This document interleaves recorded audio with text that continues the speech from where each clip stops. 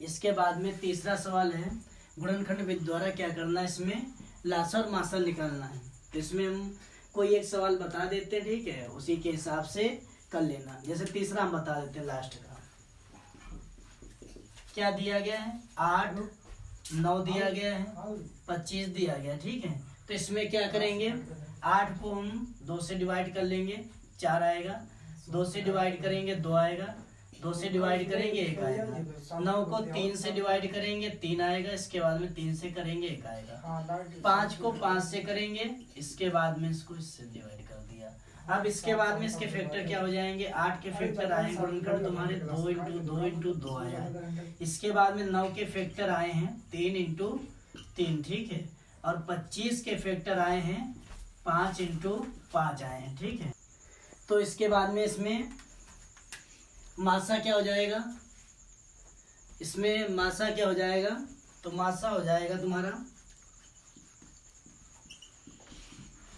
मासा। इसमें जब कोई चीज ना मिले तो याद रखना कॉमन फैक्टर 1 होता है। क्या होता है, 1 होता है, सभी में कॉमन मिलता है। तो मासा क्या हो जाएगा, 1 हो जाएगा।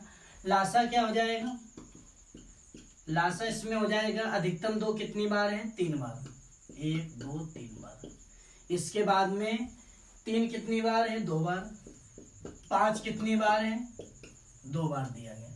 देखिए गुणा में नियम होता है गुणन साचर्य, हमेशा जब भी गुणा कराना तो एक बात याद रखना, उस तरफ गुणा कराना जिस तरफ 0 बने, ठीक है। कोई जरूरी नहीं है कि एक सीरियल से हम कराएं 25 भी 75 करें, ऐसा नहीं है, ठीक है।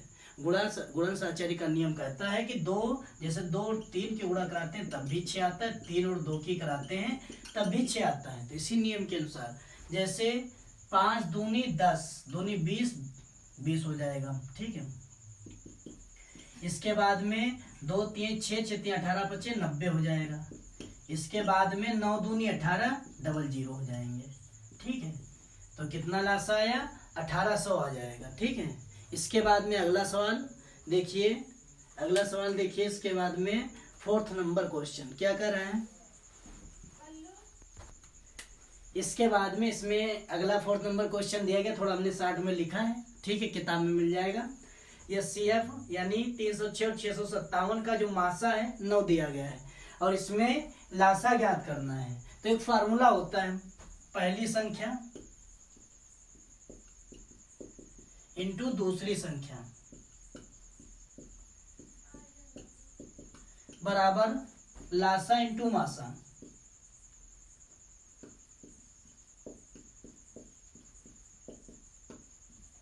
तो पहली संख्या इसमें क्या दी गई है, 306 और दूसरी संख्या कितनी दी गई है, 657। इसके बाद में लासा तुम्हें ज्ञात करना है एलसीएम, और मासा कितना दिया गया है, 9 दिया गया, ठीक है। 9 इधर गुणा में है, बटे में आ जाएगा, 306 657 हो जाएगा, अपान 9 हो जाएगा, इधर कितना हो जाएगा लासा। तो कितना हो जाएगा, 9 से काटेंगे 9 त्रिके 27 हो जाएगा, बचेगा 3 36 9 36 हो जाएगा, यानी 657 और 34 की उड़ा करा लेंगे। 4 7 28 हो जाएगा, 4 पंचे 20 2 22 हो जाएगा, 4 6 24 2 26 हो जाएगा, 3 7 21 हो जाएगा, 3 15 2 17 हो जाएगा, 3 18 और 1 19 हो जाएगा, 8 हो जाएगा, 2 1 3 हो जाएगा, 7 6 13 हो जाएगा, 9 2 11 1 12 हो जाएगा, 1 1 2 हो जाएगा, यानी कितना आएगा 22,338 तुम्हारा उत्तर हो जाएगा, ठीक है। इसके बाद में 5th नंबर क्वेश्चन अगला। इसके बाद में अगला सवाल है 5th नंबर क्वेश्चन, जांच कीजिए कि क्या किसी प्राकृत संख्या n के लिए संख्या 6 की पावर n अंक 0 पर समाप्त हो सकती है। तो इसमें थोड़ा हिंदी लिखना होगा, ठीक है।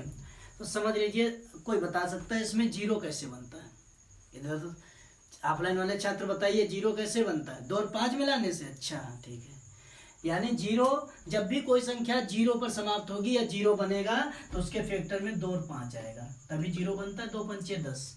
तो हम थोड़ी देर के लिए मान लेते हैं इसे, ठीक है। क्या माना कि माना 6 की पावर n संख्या 0 पर समाप्त होती है, 0 पर समाप्त होती है।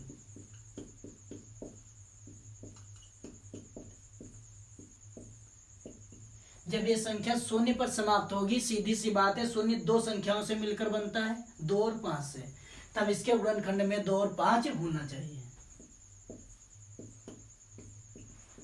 इसके गुणनखंड में 2 × 5 होना चाहिए।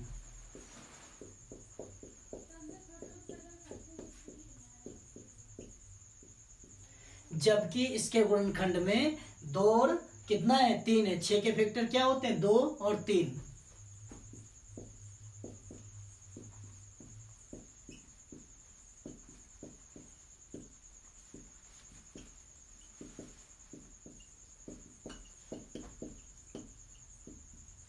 जबकि इसके गुणनखंड में 2 और 3 है, यानी 5 नहीं है, इसलिए यह संख्या शून्य पर समाप्त नहीं हो सकती है।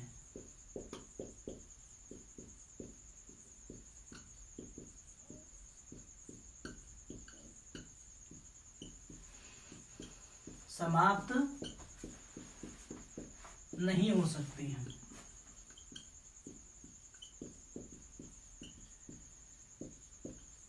एक बार पुनः समझ लीजिए कि माना 6 की पावर n संख्या शून्य पर समाप्त होती है, तब इसके गुणनखंड में 2 और 5 होना चाहिए, जबकि इसके गुणनखंड में 2 और 3 है, यानी 5 नहीं आया, इसलिए संख्या शून्य पर समाप्त नहीं हो सकती है। इसके बाद में इधर अगला सवाल देखिए, 6 नंबर क्वेश्चन।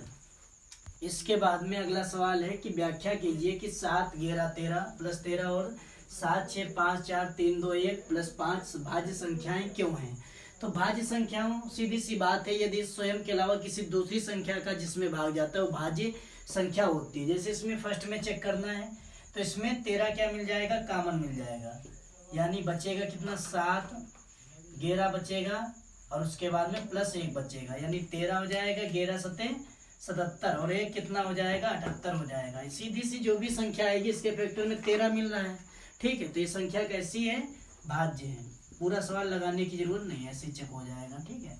इसके बाद में ये चेक करते हैं, तो इसमें कॉमन कितना मिल जाएगा, 5 मिल जाएगा, बचेगा कितना, 7, 6, 4, 3, 2, 1 प्लस 1 हो जाएगा।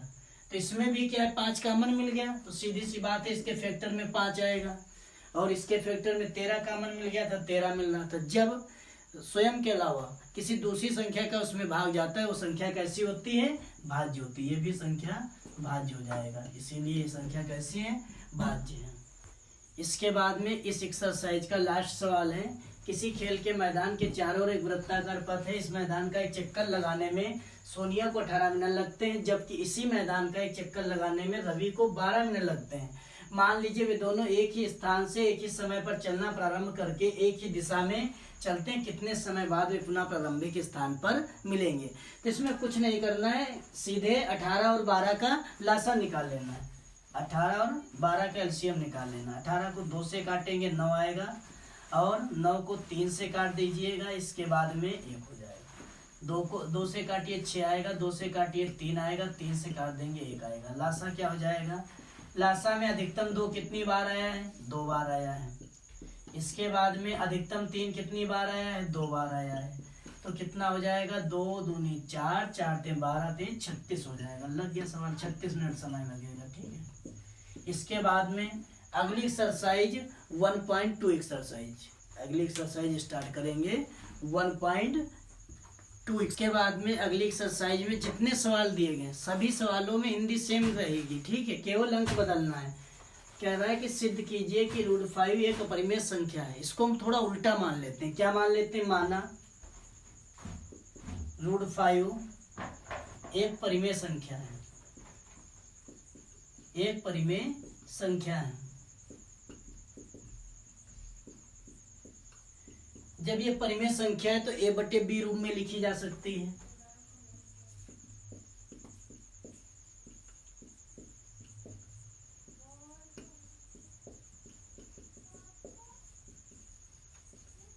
लिखी जा सकती है।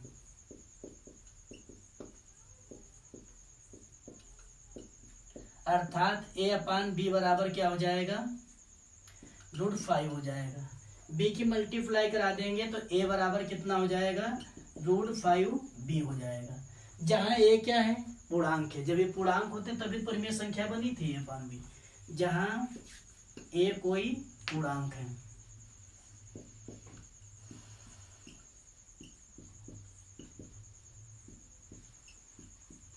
जहाँ ए कोई पूर्णांक है, बीच में बराबर का निशान है, बराबर का निशान ये दर्शा रहा है जब ए कोई पूर्णांक है तो ये भी क्या होगा, एक पूर्णांक होगा। इसलिए √5b भी एक पूर्णांक है।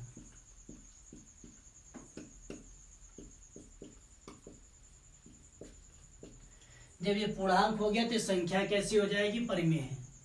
√5 एक परिमेय संख्या है, अतः √5 एक परिमेय संख्या है।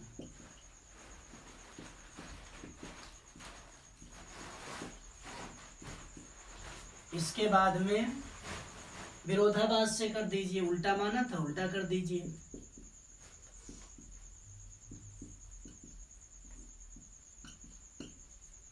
√5 एक अपरिमेय संख्या है।